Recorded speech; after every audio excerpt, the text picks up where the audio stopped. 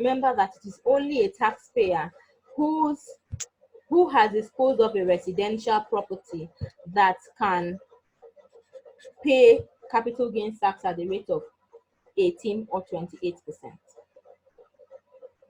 Madam, can I go ahead? Yes, please, yes. Right. So, the applicable principal private residence relief is only applicable on the disposal of a residential property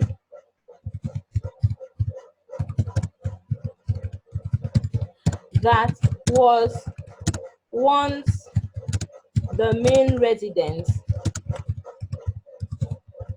of the taxpayer.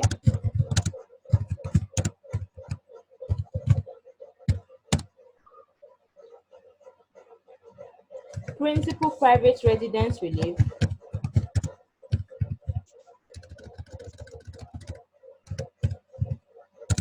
so PPR relief,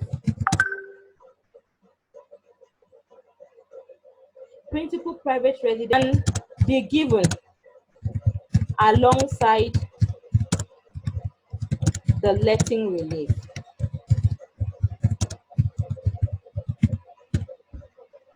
Formula for PPR relief: gains time period of occupation over period of ownership. Enter period of ownership.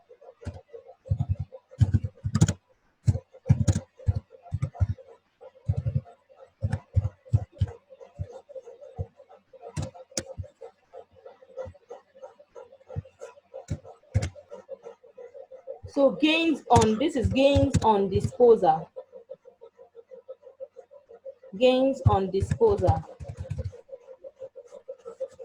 Yeah.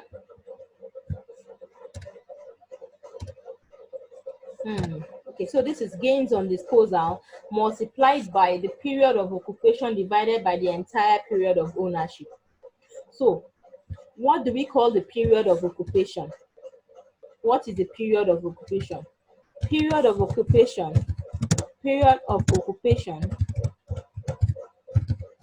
equals actual period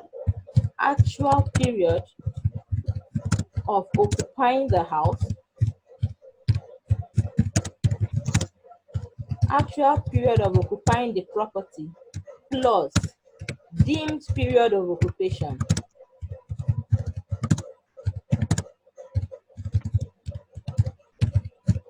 Right?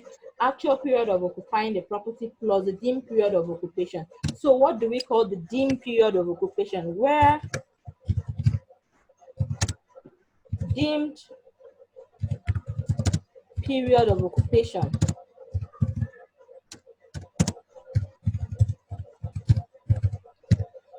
is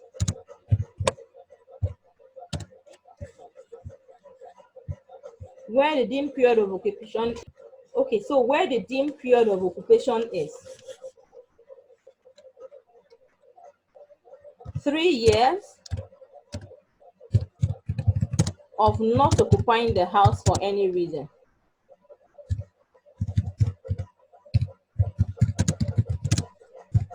For any reason.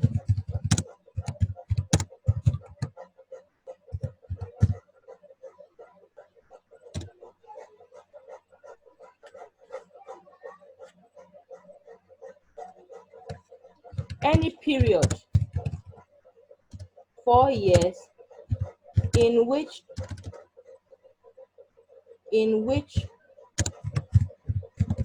the taxpayer was required elsewhere within the UK.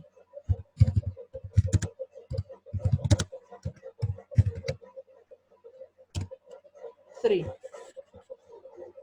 any period in which the taxpayer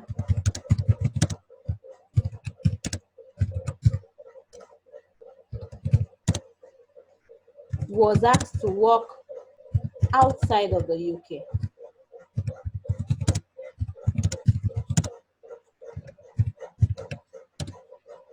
And the last 18 months of owning that property.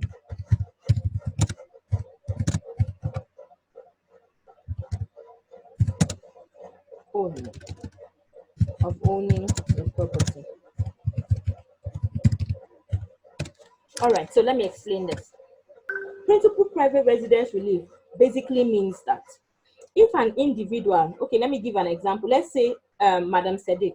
So Madam Sadiq owns a property and she's been living in that property for a while. And she decided that, okay, no, I'm about to finish a new property. I no longer want to live in the one I used to live. So what I want to do now is that I want to sell off the one I used to live so that I can use the money maybe to complete the new property where I want to move into, and use the balance of the money to do whatever I want to do for myself or for herself. So Madam Sadiq decides that she wants to sell off the old property where she used to live, where she has lived for a very long time. So on eventual disposal of that property, the gains on disposal will be reduced by the principal private residence relief. It means that it's not all the gain that she would have to pay tax on. It simply means that it is not all the gain that she has made on the disposal of that property that she will have to pay tax on. But before she can enjoy principal private residence relief, she must be disposing of a property that has been considered her main residence, a property that she has lived in herself for a while. So she must be disposing of that property for her to be able to, or for her to be allowed to enjoy the principal private residence relief.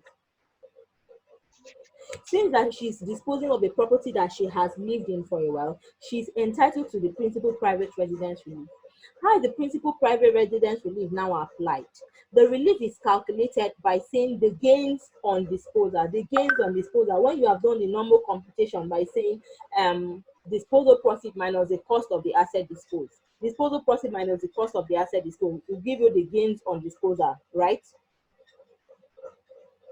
Mm-hmm. After the gains on disposal, you take out the principal private residence relief. So the formula for principal private residence relief is the gains on disposal multiplied by the period of occupation divided by the entire period of owning that property. That means you're multiplying the gains by the percentage of usage of that property, basically. Do you understand me? Sorry, let me run this. So you're multiplying the gains on disposal by the percentage of usage of that property by saying the period of occupation divided by the entire period of owning that property. What is now the period of occupation? The period of occupation is the period that you have not stayed in that property, but the HMRC is just giving you, they are asking you to consider that period a period that you have stayed in that property, even when in reality you have not stayed in that property. Do you understand me? Mm-hmm. Yeah. So let's say Madam Sadiq, I said, Madam Sadiq bought a property in year 2000. Yeah? Yeah. Sadiq bought a property to sell the house in year 2020. But she had moved out of that house.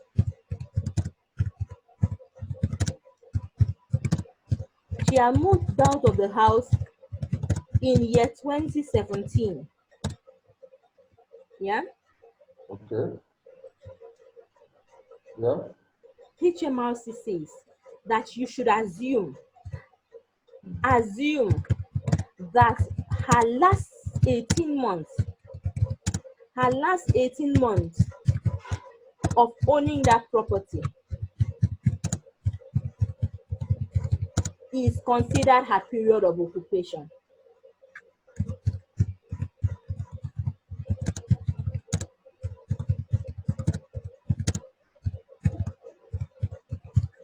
Do you understand? Let's say she sells that property in June 2020. You should assume that the whole of year 2019 and 6 months in year 2020 is considered her period of occupation. even though she did not actually live in that house in those months. Okay, but what if she bought it in year 2000, you understand? And she lived there up to year 2017, isn't it? And she moved out in year 2017. Yes. And decided to sell it in year 2020. Yes. Isn't it? Yes. Hello, madam. Yes, I can hear you. So what of the period from year 2020, year 2000, what of the period from year 2017 to 2017? The period from year 2017 to 2020. You've been told, yeah, year period from year 2017 to 2020. They are not the period, we should not consider them as period of occupancy. The only period that you consider out of the year from year 2017 to year 2020, the only period you consider as a period of occupation is the last 18 months. Anything outside of that 18 months will be considered as a period of non-occupation.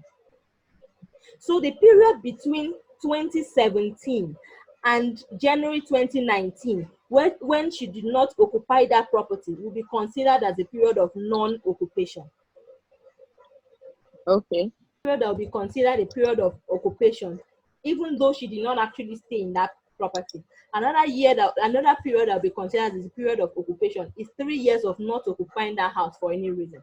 So let's assume that Madam Sadiq has told herself that this life I can't kill myself. Some shares, pack her bags, go with her husband to one island just to go and chill and enjoy herself. And she stays there for like 3 years without living in that house. HMRC says that 3 years of not occupying that house for any reason would also be considered as a period of occupation. What if it exceeds? What if it exceeds 3 years? Yeah. You only recognize 3 years.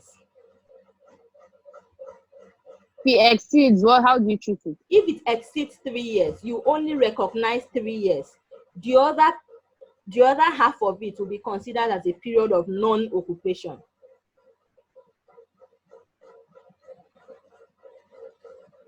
Okay. Good, Abby. Yeah. So let's assume that because of her work, she also works. Her employer also says that 4 years in which the taxpayer is required to work elsewhere in the UK will be considered as a period of occupation. 4 years in which the taxpayer is required to work elsewhere in the UK will be considered as a period of occupation. Do you understand?